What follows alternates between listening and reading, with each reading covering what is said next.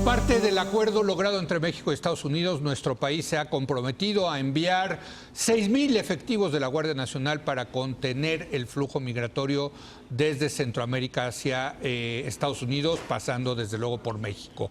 ¿Qué significa esto y cuál será el efecto de la implementación de la Guardia Nacional, en estas labores? Para analizar este asunto se encuentra con nosotros Alejandro Ope, especialista en seguridad. Alejandro, muy buenas noches. Muchas gracias, Leo. Muchas gracias al auditorio. ¿Qué significan 6,000 elementos de la Guardia Nacional? Mira, grosso modo, la Guardia Nacional va a tener un estado de fuerza inicial de 61,000 elementos. Ok. Entonces, estos 6,000 es el 10% aproximadamente de ese estado de fuerza inicial. Sí. Y es un poco menos del 5% del total que se alcanzaría eventualmente en 3 años si se cumplen las metas de reclutamiento que se ha fijado el gobierno de la República. Es un despliegue que equivale a 6 veces el operativo lanzado en Minatitlán en abril, luego de la terrible masacre que sucedió en esa ciudad veracruzana en ese mes. Casi tres veces el tamaño del operativo en Tijuana, iniciado a principios de año. Es una cantidad de elementos mayor que 24 de 32 policías estatales. Es mayor que cualquier policía municipal del país. Son más, contando solo policías municipales, es más despliegue el que hay en las zonas metropolitanas de Guadalajara o de Monterrey.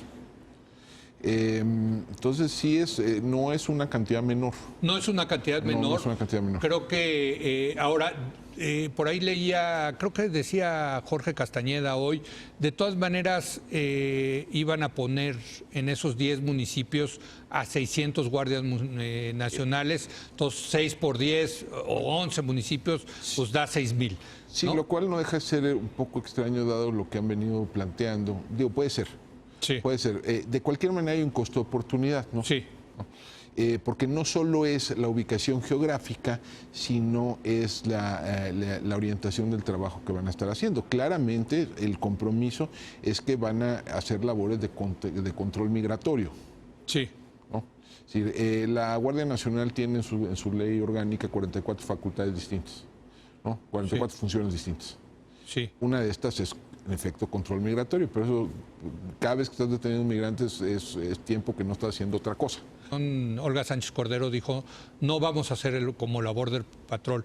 Y es horrible decirlo esto, pero ojalá fueran como la Border Patrol, esos 6,000 elementos de la Guardia Nacional, porque la Border Patrol en Estados Unidos, con todo lo chocante que es, está entrenada para hacer labores de seguridad fronteriza. Así es. ¿No? O sea, son chocantes y terribles, etcétera, pero son unos profesionales de eso.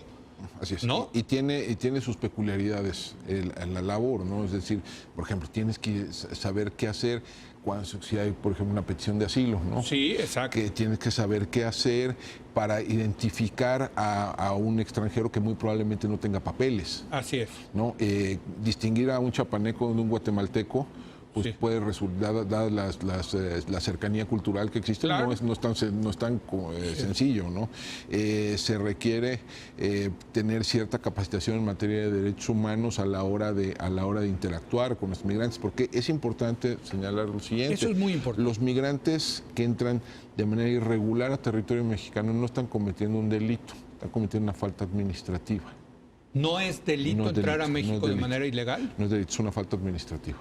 Ah, no sabía yo eso. Entonces, no puedes tratar igual a una persona en esa circunstancia que a alguien que sí incurrió en un delito, ¿no? Ahora, ahí está el tema, Alejandro, porque la Guardia Nacional se está formando apenas. Así es. Lo que yo sé es que ahorita son militares y policías federales que les Así están es. cambiando el No se ha uniforme. dado todavía la transferencia formal. Sí. Hasta donde entiendo, el día 30 de junio va a haber un evento, ¿no? Sí. Donde el presidente de la República se va a hacer esa transferencia formal de los primeros elementos. Entonces, lo que tiene son, el grueso del despliegue van a ser militares, aunque traigan un brazalete Y ahí que está diga el tema. Guardia Nacional. Hemos hablado muchísimo en esta mesa, Alejandro, de que cuando tú pones a militares a hacer labores de seguridad pública no están capacitados para eso. Y ahora los vas a mandar a militares a hacer labores de Border Patrol, de patrulla fronteriza, y los soldados no están capacitados para eso. Vienen niños, familias, mujeres embarazadas, señores de la tercera edad, en fin. Hijo, mano, yo me imagino que para un soldado hacer terrible enfrentarse a eso. Ya sucedió en algunos, en 2014. Bueno, sí, no es nuevo, ¿verdad? 2014, cuando fue la crisis de los menores no acompañados. Así es, de Obama, ¿no? Sí, así es. Se enviaron, creo que si mal no recuerdo, 2.400 elementos de la Marina. Sí. Más 400 elementos de Policía Federal a hacer este tipo de funciones. Sí. Y funcionó, ¿verdad? Funcionó en el sentido de reducir el flujo, sí. Funcionó en el sentido de garantizar los derechos de los migrantes, no estoy tan seguro. Sí. Yo creo que aquí hay un problema de fondo más allá de los números, que es decir, cada vez que apretamos, que se aprieta el control migratorio, uno de los efectos secundarios es que los flujos te van a la clandestinidad. Se te vuelven invisibles, o sea, empiezan a encontrar otras rutas, ya no van por caminos principales, van por brecha, empiezan a involucrarse de manera mucho más activa, redes ya abiertamente criminales, de tráfico de personas. En el sur estás hablando. Sí, y empieza a participar de manera mucho más directa y abierta el crimen organizado, las bandas del crimen organizado. Entonces, el trayecto para los migrantes se vuelve mucho más peligroso, ¿no? Ahora, lo decíamos la mesa pasada, Alejandro, y quiero tu opinión. Si Estados Unidos, con todos sus recursos, con todas sus capacidades institucionales, no ha podido parar el tema migratorio en su frontera sur, pues México, siendo una economía 10 veces más chica, con menos capacidad institucional, pues se ve muy difícil, déjame ponerlo, ¿no? No lo va a parar. El gobierno de Estados Unidos sí ha logrado, digamos, desviar. Lo que puedes hacer es desviar o modular un poco la ruta, hacerla más peligrosa, hacerla más cara, ¿no?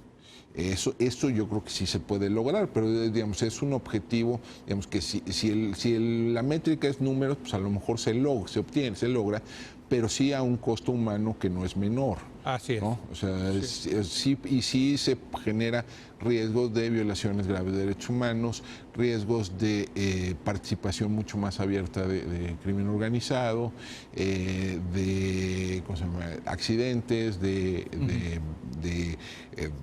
fenómenos de muertes en el trayecto, ¿no?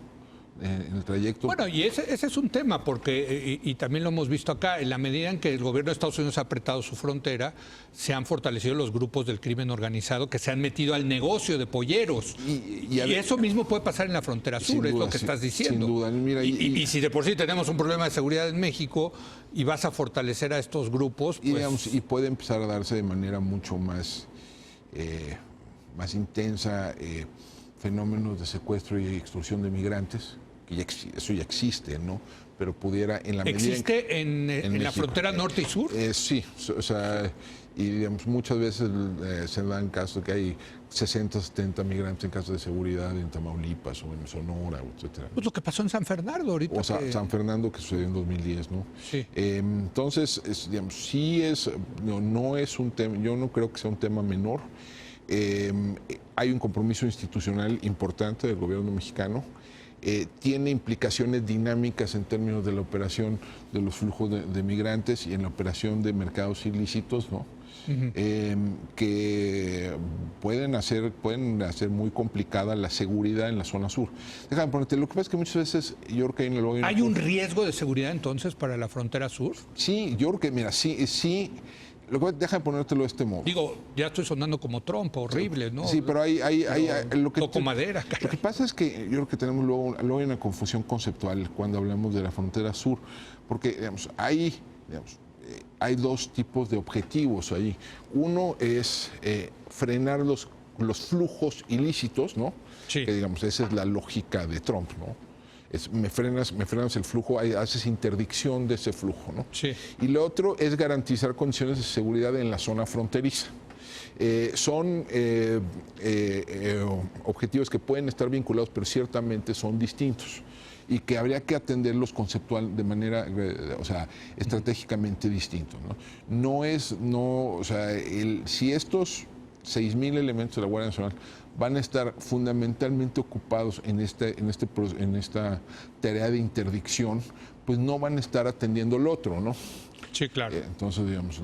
Ahora, y hay otro riesgo, y quiero preguntártelo, otro posible efecto secundario negativo, que es, sabemos que uno de los cuerpos policíacos más corruptos en México era el de los agentes de migración, el Instituto Mexicano de Migración. El Instituto Nacional de corruptísimos.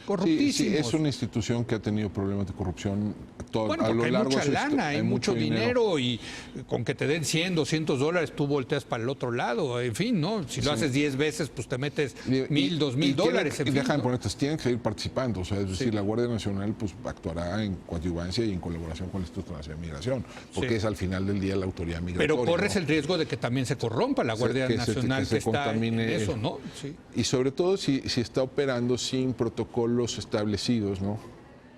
Para esta tarea específica, ¿no? Sí.